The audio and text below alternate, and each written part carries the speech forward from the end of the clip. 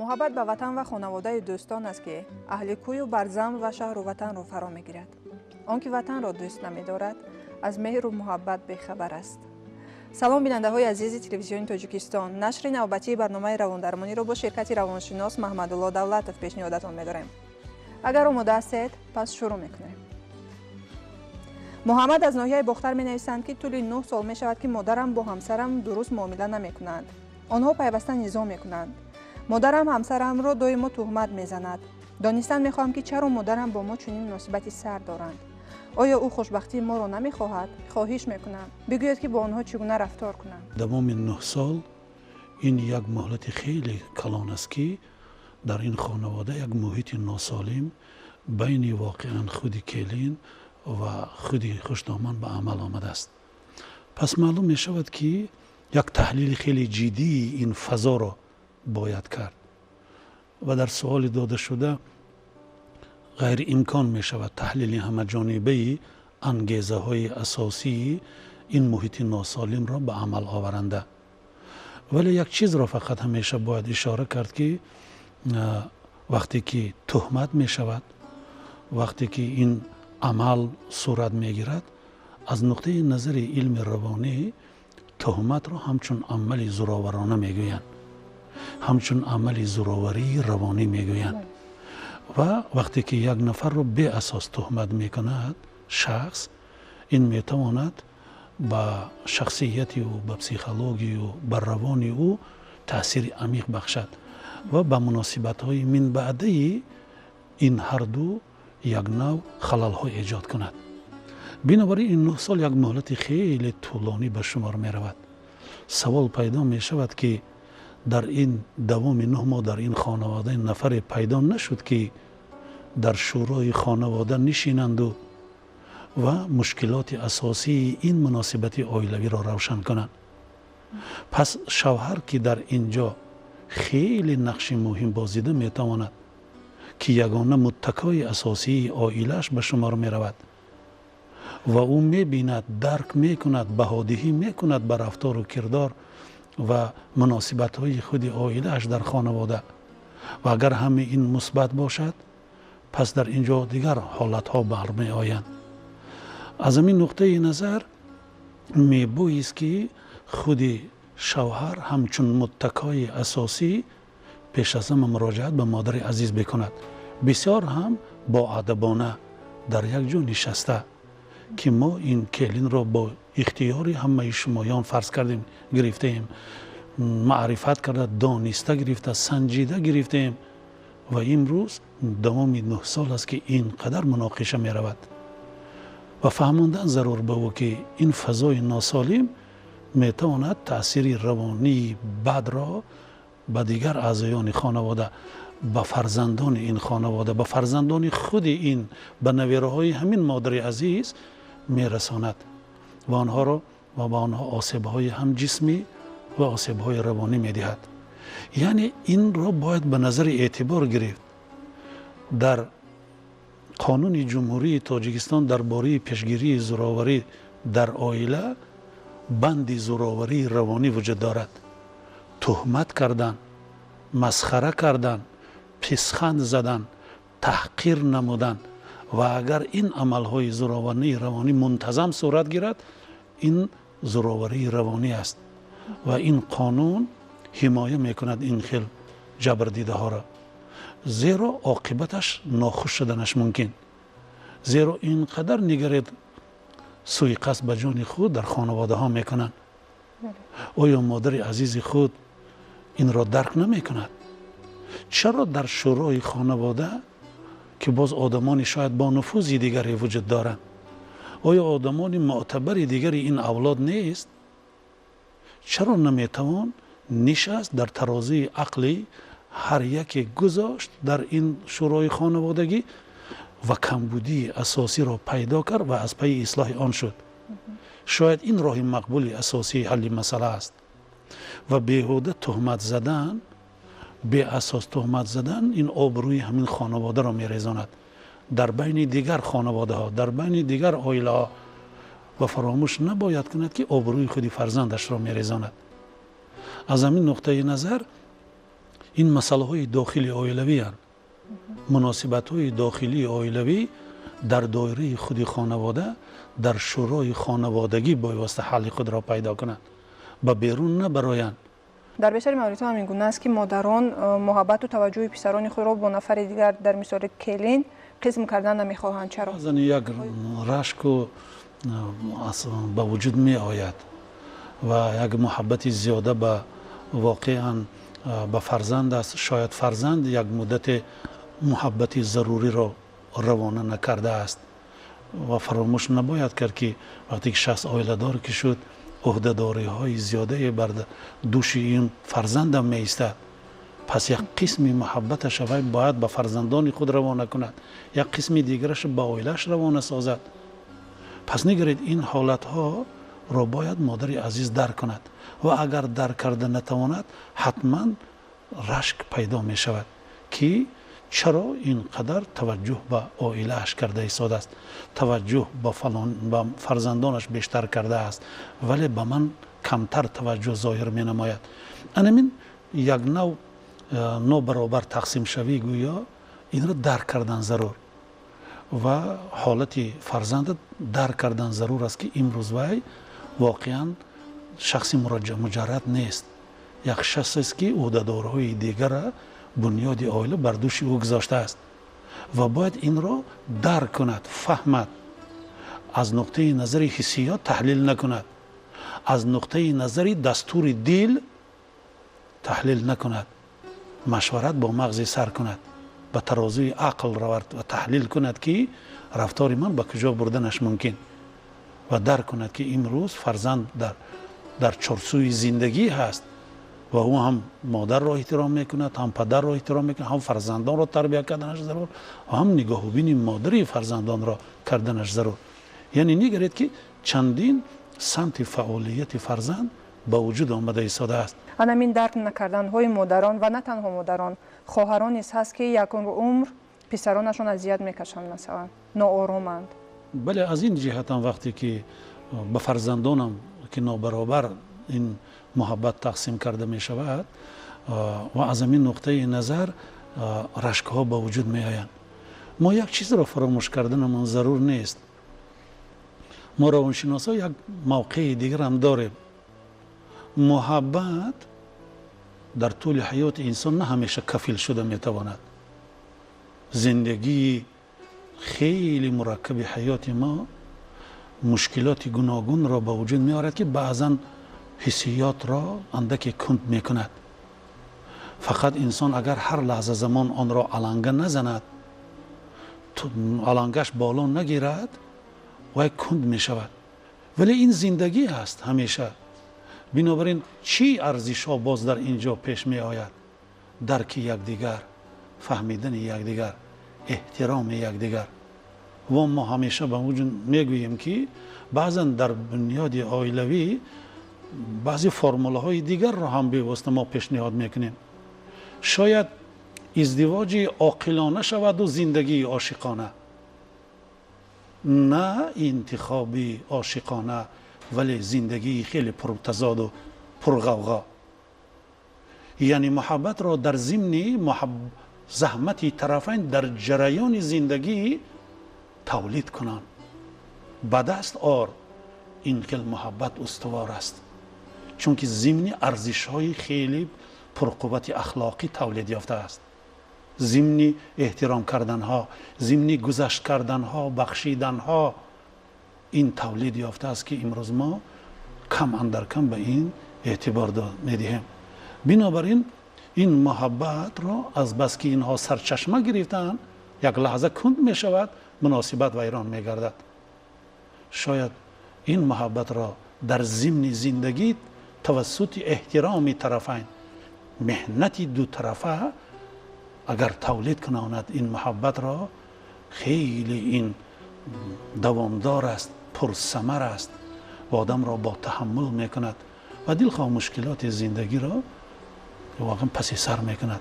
این را می گویند زندگی عاشقانه، ضمن انتخابی با شعورانه به عمل آمده است. یک دیگر فهمی ها نباشند، آیا محبت می تواند که با کلی از بین برود؟ بله، و این خیلی مرکب است و این یک نقطه بلندترین خودش را عاقبت پیدا میکناند. یعنی انسان صبر میکند، طاقت می نماید، ولی صبر و طاقت گوسفندانه معنا ندارد. این صبر و طاقت عاقبتش ناخوشی هاست.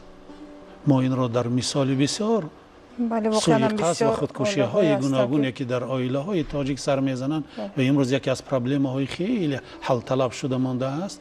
بنابراین به این اعتبار ولی یکی به خاطر فرزند و دیگری به خاطر آبرو طاقت میکنند، صبر میکنند. بنابراین اینجا همیشه سری وقت عکس العمل کردن ضرور. شخصان سیوم که باید دخالتی به مورد کنند، خودی آنها نمیتوانند، خودی آنها امکان ندارند، زیرا در جریان نزاعهای پرشدت آدمان قطع معاشرت میکنند، قهری میشوند. در اینجا فقط شخص سیوم، آدمان با نفوذ، یک آدمی با فرهنگ دخالت میکند. دخالتی به مورد کردن را به مردم یاد دادن ضرور. یک کمبودی ما همین است. انسان برای به دست آوردن صبر و بردباری و همین طور رسیدن به حکمت و دانش سودمند باید سرد و گرم زندگی را بچشد و از امتحانات زیاده سربلند بیرون آید.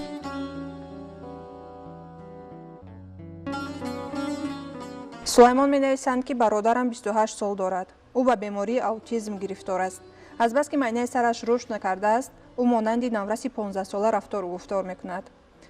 از اطرافیان خودش را کناره میگیرد. ما اهل عائله تا حال نمیدونیم با او چگونه مناسبت کنیم. از شما خواهش میکنم که درباره این بیماری برایمان معلوماتی بیشتر دهید. اصلا این یک بیماری است، چطوری که خودش در اینجا اشاره میکند و در ادبیات روانی نیز به این کودکان یک اعتبار میدهند و یک افاده خیلی مهم را در اینجا استفاده میبرند که این شخصیت های واقعیت به خود فرو رونده اند. این شخصیت های به شمار میروند که قریب که معاشرت ندارند، احساس تنهایی برای آنها خاص است و به خود میروند و در دایره شغل های خودش آنها یعنی فعالیت می نمایند. قسم به تکنیک بسیار میل دارد، با ملکه های تکنیکی در او میتوان به واسطه تشکل داد و از سبب اون که انکشاف آنها عقبمانی روانی، عقبمانی نسبتا عقلی وجود دارد و حتی تفاوت در سن و سال می شود و در حالت داده شده زیاده از 12-13 سال تفاوت دارد، ولی انکشاف مغزی سری او واقعا معینه سری او تا اندازه تفاوت پیدا میکناند. پس نگرید که این گونه آدمان همیشه یک خصوصیتی به خود خاصی را دارند که خود به خود وجود دارند، به خود فرو می روند و بنابراین ضرورت پیش می آید که با در نظر داشتی همین بیماری، با در نظر داشتی همین علامت های اساسی اوتیسم باید مناسبت کردن را با این بیماران یاد گرفتن ضرور است. یک اصولش همکاری است. من باید به همان شغلی که او بیشتر میل می کند همکاری می کنم و او بیشتر با او روانه می شود. یعنی دقتش اندکی در اینجا متمرکز فقط به یک چیز است، به دیگر چیزی دیگر داده نمی شود. بعضا نارسایی دقت هم در اینجا موجود دارد. بنابراین در ادبیات روانی این هم یک نوع نارسایی دقت تا اندازه توصیف میدین، این یک علامتی اساسی، ولی علامتی خودی مرکبش از آن عبارت است که واقعا چنین کودکان یک نوع محدودیت ها در انکشاف عقل، در انکشاف جسم وجود دارد و از این نقطه نظر با موافق به همون سن سالشان شغل و دیگر فعالیت های معینی ضروری به همون دوره عینی زمان بوده سن سالش مثلا سمت فعالیتشان روانه کرده نمیتوانند، از عهده طلبات های این نوع فعالیت برآمده نمیتوانند. پس نوعهای فعالیتی به همین سن سال قفا مانده او برای او ضرور است و بنابراین در این حالت خوب می شود که برادر عزیز ما چنین کودکان را آموزش می دهند. مکتب‌های مخصوصی آموزشی، مرکزهای مخصوصی آموزشی با کودکان اوتیسم وجود دارد و در این حالت پدر و مادر تنقیسی میکشند، ملکه کار ندارند و بنابراین حتما به این مرکز ها مراجعت کردنش ضرور. مثلا توصیه میدادم به برادر عزیز که خب واقعا در مکتب رقم 72 شهر دوشنبه مرکز اراده وجود دارد و در همین مرکز اراده واقعا با کودکان اوتیسم کار و فعالیت میبرند، متخصصان هم روانشناسان و دکتران و پیش از همه دکتران و بعدا روانشناسان در همکاری با یکدیگر آموزش های مخصوص را میگذارند تا که ملکه و مهارت تای معینی به واسطه کاری را در این کودکان براه مانند تا که آهسته آهسته به طور خود فعالیت حیاتیشان را به واسطه براه مانند. بنابراین خوب میشد که به این مرکز روانه سازند، زیرا خود والدین چنین دانش و مهارت را ندارند. یعنی حتما مراجعت کردن آنها به مقصد موافق است. بله، در همین برابر شخصا من نفری رو میشناسم با این بیماری، هرچند به اطراف با دیدی دیگر دارد ولی در اصل بسیار هم با سواد میشوند. بعضیشون در هر موضوعی که نخواهی بحث میکنند. بله، بسیار یک عقل و خرد معین را دارند ولی نگرید که از بس که یک به خود فرو می روند و بنابراین قطع معاشرت میکنند، بسیار را دوست نمیدارند و بنابراین این ضرورتی است که همین آموزش وقتی که اون را میگذرانند از همین علامت های به واسطه خلل رسان آنها را کناره میکند، آسان می نماید و همون ملکه هایی که گفتم که یک نوع مهارت به ساحه تکنیک دارد و کارهایی را به انجام میرساند که نه هر کس آن را به انجام رساندنش ممکن. یعنی با در نظر داشت من همین خصوصیت های معین پسیخولوژی میتوان در همون آموزش ها در مرکز آموزشی به این امکانیت دهد که باز سایقل دهد همین ملکش رو، همین مهارتش رو، همین دانشش رو و توسط اون واقعا موافق به خودش یک فعالیتی را از خود نماید و در زندگی موقعش رو پیدا کنند. کلمه بحران در زبان چینی از دو بخش تشکیل شده است. بخش اولی آن به معنای خطر است و بخش دومی آن به معنای فرصت. فیردوس و گلنوره می نویسند که پسرم 25 سال دارد و طی سالهای اخیر در اداره های بوکمیکری به بازی دلبسته است و با این راه ما را چندین مراتبه قرضدار نیز نموده است. هرچند کوشش میکنیم اما او را از این راه برگردانیده نمیتوانیم. باوری دارم که این مشکلات چندین والدین دیگر نیز هست. خواهش میکنم راه درست را برای ما نشان دهید. واقعا بسیار خوب اشاره کردن که والدین های دیگر هم نیاز به این توصیه ها می باشند. گپ درباره آن است که من سوال بسیار میگذاشتم به اهلی همین خانواده، به والدین و به برادرانی که در این خانواده وجود داشته. سن سال برادر یک درجه معین برسیده است. پس نگرید این والدین چرا نپرسیدن در دوام این سال این چگونه تربیه و تعلیم را در این خانواده براه ماندن؟ مسئولیت والدین در اینجا کجا بود که این نفر آدم تا به همین روز یک شغل معین، یک هوس معین، یک انتخاب معینی طرز حیاتی من بعدش نکشیده است؟ انتخاب کس وجود ندارد. نظر من به این کمبودی اهل خانواده هم هست که شخص به این سن سال رود و امروز در بازی های گوناگون اداره های بوکمیکری مشغول شود. پس معلوم می شود که او یک پیشه را انتخاب نکرده است. بنابراین یک کمبودی خیلی جدی اساسی اهل خانواده است که فرزند به این درجه می رسد و آرزو ندارد. کودکان در سن تا مکتبی در مؤسسه های تا مکتبی آرزو می کنند.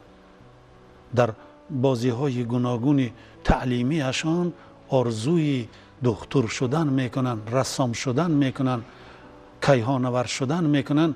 برادر عزیز ما در کنجه که دیدی وای آیا از همون دوره به واسطه در اداره های بوکمیکری به واسطه بازی کردن پیدا شده بود؟ پس محیط خانواده مساعدت کرد، نظارت نشد، مسئولیت احساس نشد و امروز این نفر فرزندی آنها در این اداره ها به این بازی وابسته شد. این را میگویند وابستگی از این بازی ها و این خیلی مرکب است. وقتی که ما میگوییم که به بازی یک وابستگی پیدا کرد، این معنا را دارد که در این نفر آدم یک طلبات باطینی استوار به همین بازی پیدا شده است که هر لحظه زمان قانع‌گردی را می‌خواهد. اگر که نکند احساس غیر قناعتمندی به وجود می آید. بنابراین همیشه او را تیله می دهد که مبلغ پیدا کنم و بیروم و همین طلبات را قانع سازم و بیهوده نیست که قرضدار هم شده است. پس سوال پیدا می شود که چی باید کرد؟ بنابراین با این فرزند که اینقدر مهلت را والدین از دست داد، امروز می خواهد اصلاح آن را کرد، پس این خطای خودشان را پیش از همه احساس کنند. بنشینند، باید بگویند که تو حالا چه آرزوها داری در زندگی، کنی در ترازوی عقل او بماند. تو عائله دار هستی یا نیستی؟ در این سوال این چیز آمده است. اگر عائله بنیاد نکرده باشد در این سن و سال، پس چی تو آرزوها داری؟ چی میخواهی در این جمعیت زندگی میکرد؟ چی سهم را برای خود، چی سهم را برای جامعه میکنی؟ نقشه های من بعده او را باید روشن کرد و باید گفت و برنامه حیات او را ساخت که از همین روز اعتباراً باید چنین کرد. و وقتی که شخص را به برنامه دیگری حیات سمت فعالیتش میکشانید و این کار آسان هم نیست، ولی وقتی که برنامه را میسازید و زیر نظارت میگیرید، تفکر و شعور او آهسته آهسته میکوچد، زیرا اجرایش این برنامه قوه اراده را طلب میکند، وقت طلب میکند، زحمت طلب میکند. انسان آهسته آهسته سمت فعالیت، سمت شعور و تفکرش به اجرای این برنامه خیلی مهمی که او اکنون درک کرده است که به این منبت زندگی کردن غیر امکان است و در همین جامعه غیر امکان است و او باید هم نقش اجتماعی بازد و هم نقش خود را در خانواده بازد، نقش فرزندی را بازد نسبت والدینش. بدون فعالیت کسبی چقدر میتواند پدر و مادر سالار خود را واقعا نگاه و بین کند؟ یعنی با این ما این را روانشناسان میگوییم که حتما با شعور این جوان مرد کار کردن ضرور است که سمت او را به آینده روانه کردن ضرور، نه به گذشته، نه به حاضره عین زمان داشته. وقتی سمت فعالیت او را ما روانه میسازیم، قدم به قدم رضایت او را میفهمونیم که درست است، پس میبایست که ما او را به سمت دیگر روانه کرده ایستادیم. و پدر و مادر را در این حالت روانشناس اگر کار بکند با این جوان، با اهل خانواده کار میکند. کمبودی های خانواده را میگوید. قانون جمهوری تاجیکستان درباره مسئولیت پدر و مادر، این قانون هیچگاه کنه نمی شود. عصرهای من بعد هم این قانون همیشه مبرم بودن خودش نشان میدهد و در حالت داده شده متاسفانه انمین عهده‌داری ها این مسئولیت ها کناره شدن و ثمره تلخی تربیه خودشان را، به مسئولیتی خودشان را چشیده ایستادند. بنابراین مراجعت کردنشان ضرور با متخصص، باز با روانشناس. در همین حالت داده شده روانشناس باید کار کند. با شعور اوش نفری کار کردن نمیتواند. بیننده های عزیز، بخشی دلیل های جالب آماده پخش است. پس از چند لحظه ادامه میدهیم.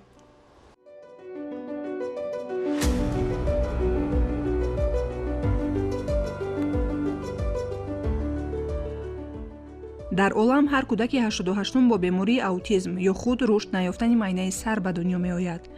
این دم باشد برایتون درباره نفران مشهور عالم که گرفتار این بیماری بودند قصه میکنیم. متماتیک و فیزیک بزرگ آلبرت اینشتین در خورده کودکی به خود فرو رفته و تنهاجو بود. او تا 5 سالگی با کسی حرف نمیزد و تا سن 7 سالگی یک چند کلمه را تکرار به زبان می آورد.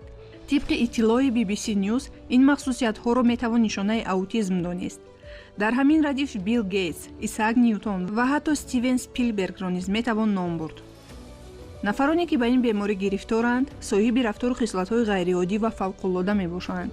لیوناردو داوینچی، رسام، هیکل‌تراش، معمار و عالم بزرگ ایتالیایی که به این بیماری گرفتار بود، برای تصویر لب‌های خانم مونالیزا 12 سال صرف نموده است.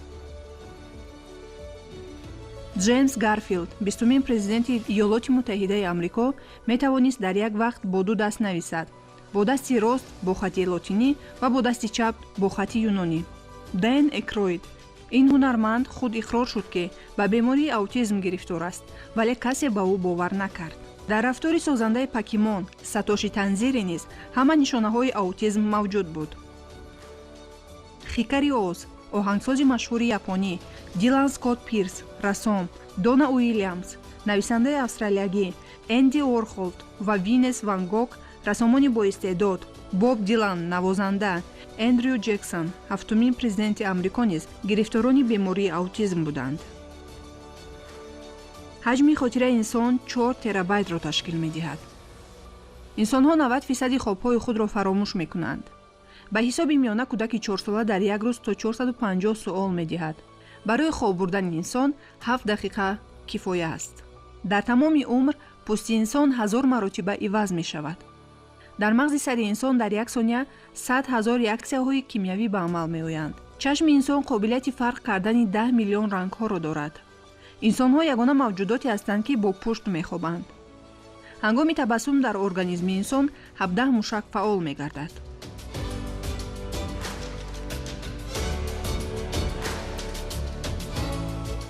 маҳина 17 сола аз ноҳияи рӯдакӣ менависанд ки орзуи таҳсил карданро дорам, аммо падарам ба ин иҷозат намедиҳанд. мехоҳам ҳунарманд шавам. ба ҳунармандону ровиён, умуман онҳое ки дар оинаи нилгунанд, зуд дил мебандам ва агар онҳоро муддати тӯлонӣ набинам, ғамгин мешавам.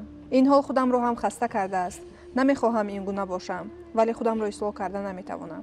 хоҳиш мекунам кӯмакам кунед. واقعا اصلاح وضعی که و حالتی را که به واسطه خواهر عزیز ما گفته است و این را اصلاحش چنین است. اگر این پیشه را انتخاب کرده باشد، پس برای این پیشه مبارزه بردن لازم. این را اصلاح کرده به حالت دیگر رفتن لازم نه. ما در مثال پیشین اون نفر آدم به پیشه است، انتخاب کسب ندارد. اما در سوال داده خواهر عزیز ما پیشه معین است و برای این کارهای فهماندهی را در خانواده تشکیل کنانیدن ضرور که درک کند اهل خانواده که فرزند ما امروز پیشه اش را، مقصدش را، نقشه من بعدی حیاتش را معین کرده است بدون مصلحت های شخصی دیگر. این خیل فرزند ما هنگامی که در این ساحه میخواند و دیپلمدار میشود و متخصص میشود، او هم برای خود هم برای جامعه نفع رسان میشود. از آنی که به واسطه والدین پیشه انتخاب کرده خودشان را واقعا بار میکنند، تحمیل میکنند. این خطای محض است و این کمبودی امروزه بعضی عائله های ما وجود دارند که والدین کسب انتخاب کرده فرزندانشان را انکار کرده، موافق خواهش خودشان انتخاب را آنها کرده تحمیل میکنند زوراً. ما روانشناسان در حجره مشورت پسیخولوژی من با این خیل فرزندان دوچار آمده ایم که کرسی یکم را میخوانند ولی به هوس میخوانند. از همین نقطه نظر کوشش میکنند بعدا انتقال کنند به آن جایی که آنها در حقیقت میخواهند یا که قطع خواندن را میکنند. پس والدین در آن حالت بعد کمبودی خودشان را درک میکنند که ما واقعا موافق خواست، درخواست و پیشه انتخاب کرده فرزندمان کار نکرده ایم. خب میشود که والدین این پیشه او را قبول کنند و مبارزه برد، بفهمانند به او.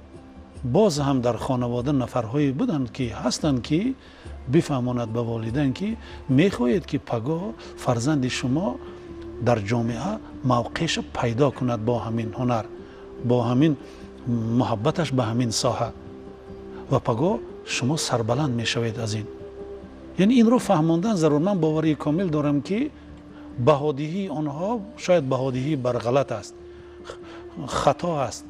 شاید در این ساحه دیگر خیل اندیشه های بر غلط به واسطه به خود بار کردن، دیگر خیل تحلیل های بر غلط میکنن.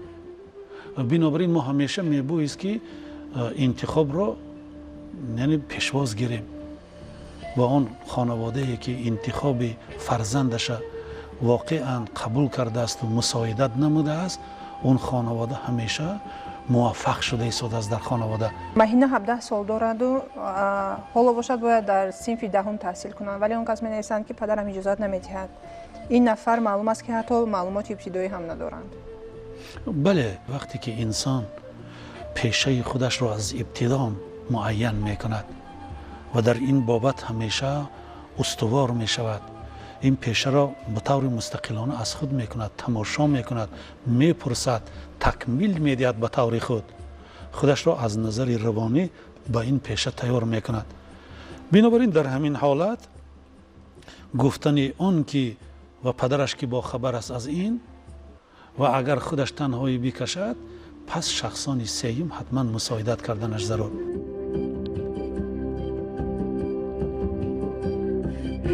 مشکلات تا زمانی در حیات ما میماند که ما در دل هراس داریم. همین که ترس و هراس را از افکار خود دور نمودیم، میبینیم که این معما چی به آسانی حل شده نیست. بیننده های عزیز، یادآور میشویم که برنامه روان درمانی است و شما میتوانید سوال و پرسش های خود را به عنوانی برنامه ما روان نمایید. به همه سوال های شما روانشناسان ما حتما پاسخ میدهند. سهراب 37 ساله از ناحیه دنغره می نویسند که واقعه و رویدادهای ناچیز عصبانی هم میکنند و تا دیر از سرم دور نمیشوند. عصب‌هایم زیاد خرابند. حالم روز از روز بدتر شده ایستاده است. چی کار کردنم را نمیدانم. آدمان طبیعتاً گوناگونند. یک انسانی هست که او به هر گونه انگیزه ها چندان اعتبار نمیدهد، یعنی از آن متاثر هم نمی شود. برای وی این انگیزه یک آثار میگذارد، همین قطعی کناره میشد و با آن چندان اعتباری من بعده هم نمیدهد. اما طبیعت بعضی آدمان همین است که بسیار حساسند، بسیار مناسبت حسی به هر گونه انگیزه های ناچیز میکنند و با او تأثیر میرساند و بعد به تحلیل حسی آن میگذارد. مناسبت حسی که شد، تحلیل حسی میکند. زیر تحلیل حسی چی را میفهمم؟ یعنی انسان به همین حادثه منتظم تحلیل ها میکند و از زینه ایموشنالی، از زینه هیجان سر کرده حادثه ها را تحلیل می نماید و این یک باره عصبانیت او را به وجود میارد و عاقبت های گوناگونی را به وجود آوردنش ممکن.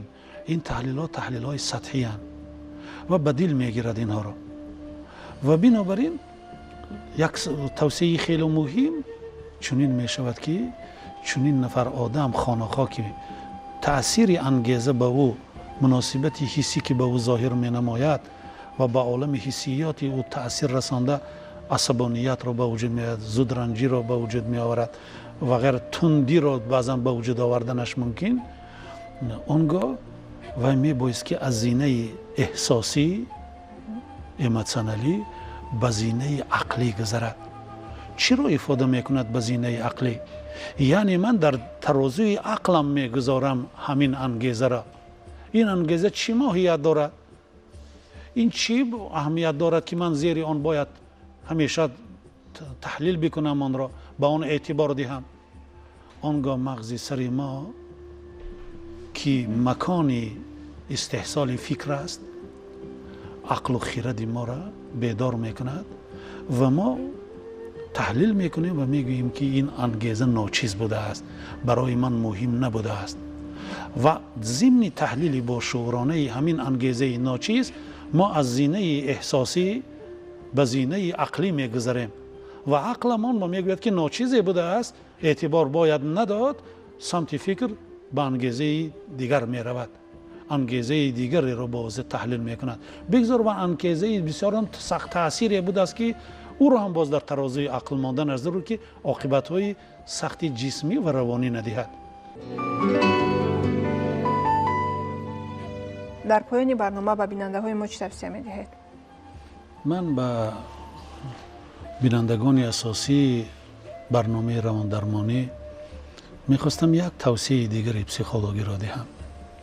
من انسان در طول حیاتش یک شاهکاری میکند و این شاهکاری این خود را ساختن است. من میخواهم که تمام ما که در تمام طول حیاتمان را با مسئله های گوناگون حیاتی که پیش می آیند و ما را دنبالگیر میکنند و ما از پی واقعا برطرف کردن آنها میشویم و در همین مبارزه ها ما خودمان را باید بسازیم. زندگی از خود ساختن های عبارت بوده است و اگر ما خودمان را بسازیم امینم که دلخواه مشکلاتی در حیاتمان به عمل آمده را ما پسی سر کرده می توانیم. همیشه باید نگهبانی 3 چیز باشیم. وقتی تنها هستیم نگهبانی افکار خود، وقتی با خانواده هستیم نگهبانی اخلاق خود و وقتی در جامعه هستیم نگهبانی زبان خود. امروز به سوالهای شما پاسخ گفتند روانشناس محمدالله دولتов. بیننده های عزیز، یادآور می شویم که برنامه رواندرمانی برنامه خود شما است و شما می توانید طول هفته سوالهای خود را با پست الکترونی یا تلفن های ما که یعنی زمان روی اکران های شما نمودار است روان نمایید. به همه سوالهای شما روانشناسان ما حتما پاسخ میگویند. خود و نزدیکانتان را احتیاط کنید. تا دیدار دیگر، سلامت باشید.